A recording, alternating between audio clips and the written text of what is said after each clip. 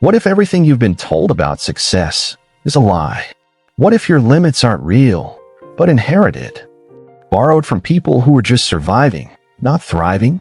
And what if the world around you, the rules, the roles, the routines, was built by people who were no smarter than you?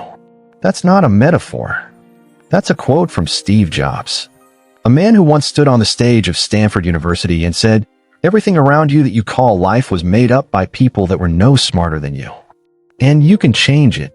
But here's the catch: most people never do. They wait for permission. They wait for proof.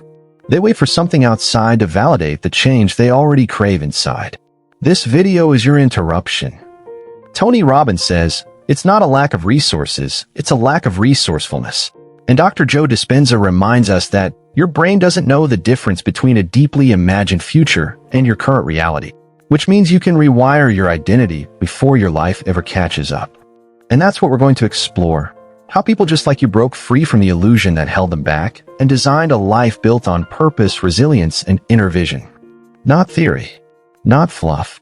Real transformation backed by real stories and real science. By the end of this journey, you'll walk away knowing this: you're not stuck. You're just patterned. And patterns can be rewritten. So grab your focus. Take a breath. Let's begin. They told you to be realistic, to be grateful, to stay in your lane. But what if the lane was built by someone too scared to dream? What if your whole identity is just a hand-me-down, passed on by generations too afraid to question the script? Tony Robbins teaches, your identity is the strongest force in the human personality. And Dr. Joe Dispenza adds, the moment you decide to no longer think the same way, act the same way, or feel the same way, you step into the unknown, and that's where real change begins. That's not just mindset. That's neuroscience. That's transformation. Let's start with the illusion of permanence, the belief that things are the way they are, and you just have to adapt. But look at Howard Schultz. He grew up in the Brooklyn projects. No money, no legacy, just grit. At 7 years old, he watched his father lose his job after an injury, with no insurance, no rights. That image stuck. It became the fire behind his mission to create not just a coffee company, but a people-first empire. Starbucks wasn't built on caffeine. It was built on a new vision of dignity at work. This is what Simon Sinek calls a just cause, a belief so bold it outlives you.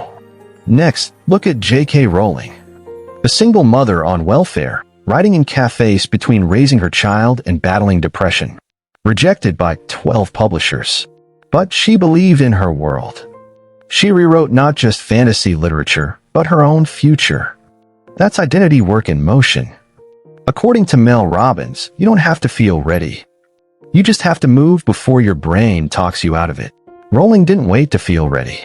She just acted. And then there's Sarah Blakely, who sold fax machines door to door, until she had a vision. She didn't know fashion. She didn't know manufacturing. She just knew there had to be a better way to wear white pants without visible panty lines. And with $5,000 and no investors, she created Spanx. Forbes named her the youngest self-made female billionaire in history. She didn't follow the script. She rewrote it. Dispenza calls this breaking the habit of being yourself. It's the moment you stop living out your past and start designing from your future. But it takes vision and emotional energy. Enter James Dyson. 5,126 prototypes. That's how many times he failed before his vacuum worked. Most people would have quit after 10. But Dyson kept building. He wasn't chasing applause, he was chasing truth. Robin Sharma says, victims make excuses. Leaders deliver results. Dyson didn't wait for validation. He created the evidence.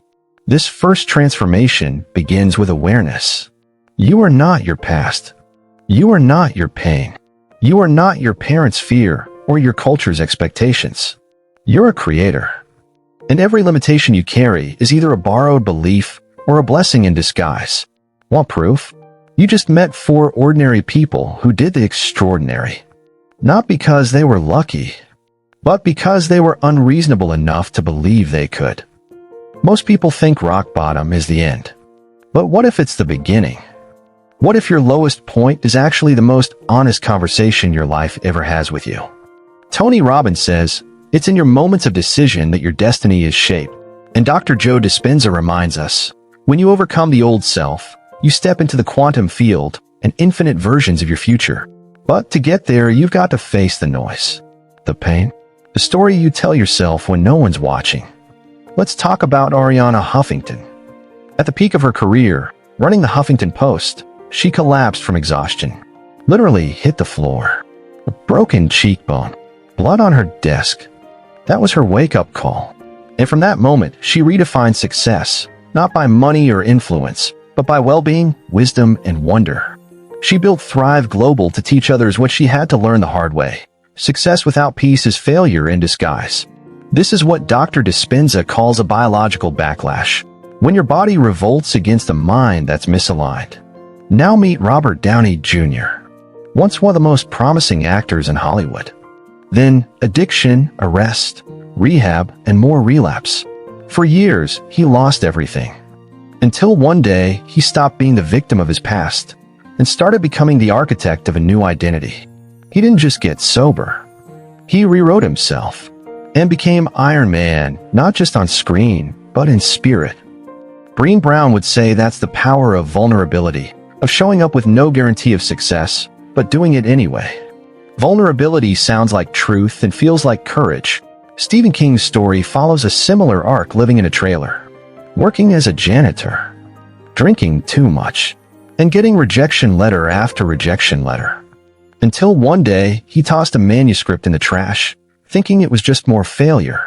His wife pulled it out. That manuscript, Carrie, the book that launched his career and changed horror fiction forever. Robin Sharma reminds us, the darkest moments birth the brightest leaders. Sometimes your breakthrough is one drawer pull away from the trash. Chris Gardner's story is one of the most powerful examples of resilience ever documented. He was homeless, raising a toddler, sleeping in train station bathrooms. But he kept showing up for interviews, kept chasing something no one else could see. Today, he's not just successful, he's a symbol of perseverance. He didn't get there by chance. He got there by deciding to think differently when it mattered most. That's what Steve Jobs meant when he said, you can't connect the dots looking forward. You can only connect them looking backward. You can't predict the path, but you can choose to walk it with purpose. Huberman's neuroscience backs this up. When you take action towards something meaningful, even small steps, it signals your brain to release dopamine. Not because you've arrived, but because you're moving. You're not rewiring just your mindset. You're rewiring your biochemistry. So here's a question that could change everything. What moment in your life broke you, but also built you? Maybe it's time to thank that version of you. Maybe it's time to move forward, not in spite of your pain, but because of what it taught you. Because rock bottom isn't your enemy. It's your origin story. Most people live as if they'll never die. But the truth is that nothing wakes you up like facing the end. Steve Jobs said it best. Remembering that I'll be dead soon is the most important tool I've ever encountered to help me make the big choices in life. He wasn't being dramatic. He was being real. Because when the clock becomes visible, priorities become clear. You stop chasing likes and start chasing meaning. That's what this chapter is about, building a life not just worth living, but worth remembering. Let's start with Steve Gleason, NFL player, fierce competitor. But in 2011, he was diagnosed with ALS, a degenerative disease that slowly steals your ability to move, speak, and breathe. Most would have retreated. Gleason stepped forward. He began documenting his life, fighting for ALS awareness, partnering with Microsoft to create tech that helps people communicate with their eyes. He couldn't stop the disease, but he turned his story into a revolution. Tony Robbins calls this turning pain into purpose. And it's exactly what Gleason did. Now meet Randy Pausch, a professor who gave one last lecture before dying of pancreatic cancer. But instead of talking about death, he talked about dreams. We cannot change the cards we are dealt, just how we play the hand, he said. His words went viral. Millions watched. And through his vulnerability, he built something bigger than a career. He built a legacy. That's what Mel Robbins refers to as action in the face of fear. She teaches that courage isn't loud. It's quiet decisions made when no one's clapping yet. How Elrod survived a head-on car crash that left him clinically dead for 6 minutes. Doctors said he'd never walk again. He not only walked, he ran. And then he ran a marathon. Years later, he faced cancer. Again, he rose. He created the miracle morning, a method now followed by millions. Why? Because he understood something most people miss. Your morning shapes your momentum. Dr. Joe Dispenza explains this through neuroplasticity. He teaches that repetitive positive actions, especially in the morning, condition the brain for clarity, resilience, and focus. You're not just thinking new thoughts, you're firing new circuits.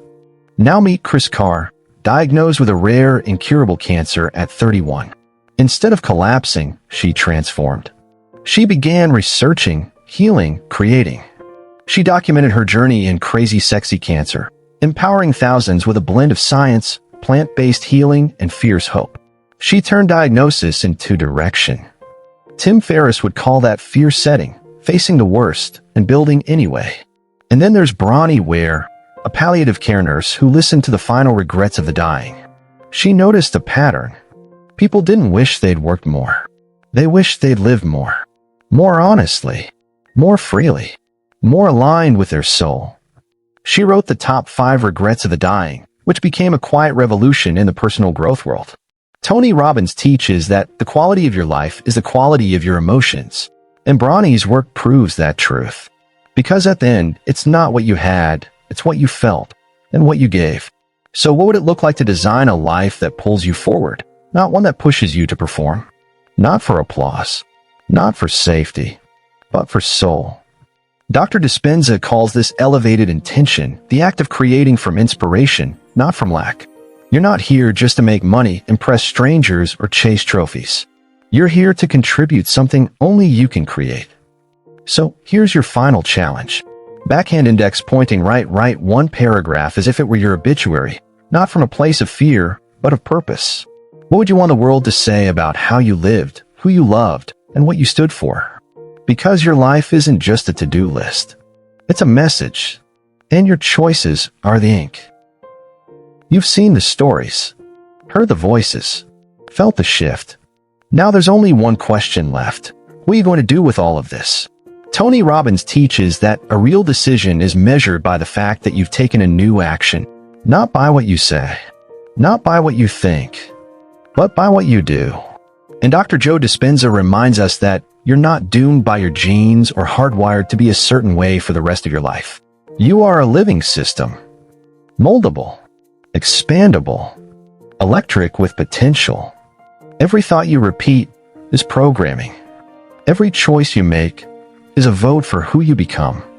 You've met people who lost everything and built something greater. People who heard the worst news possible and still created a legacy.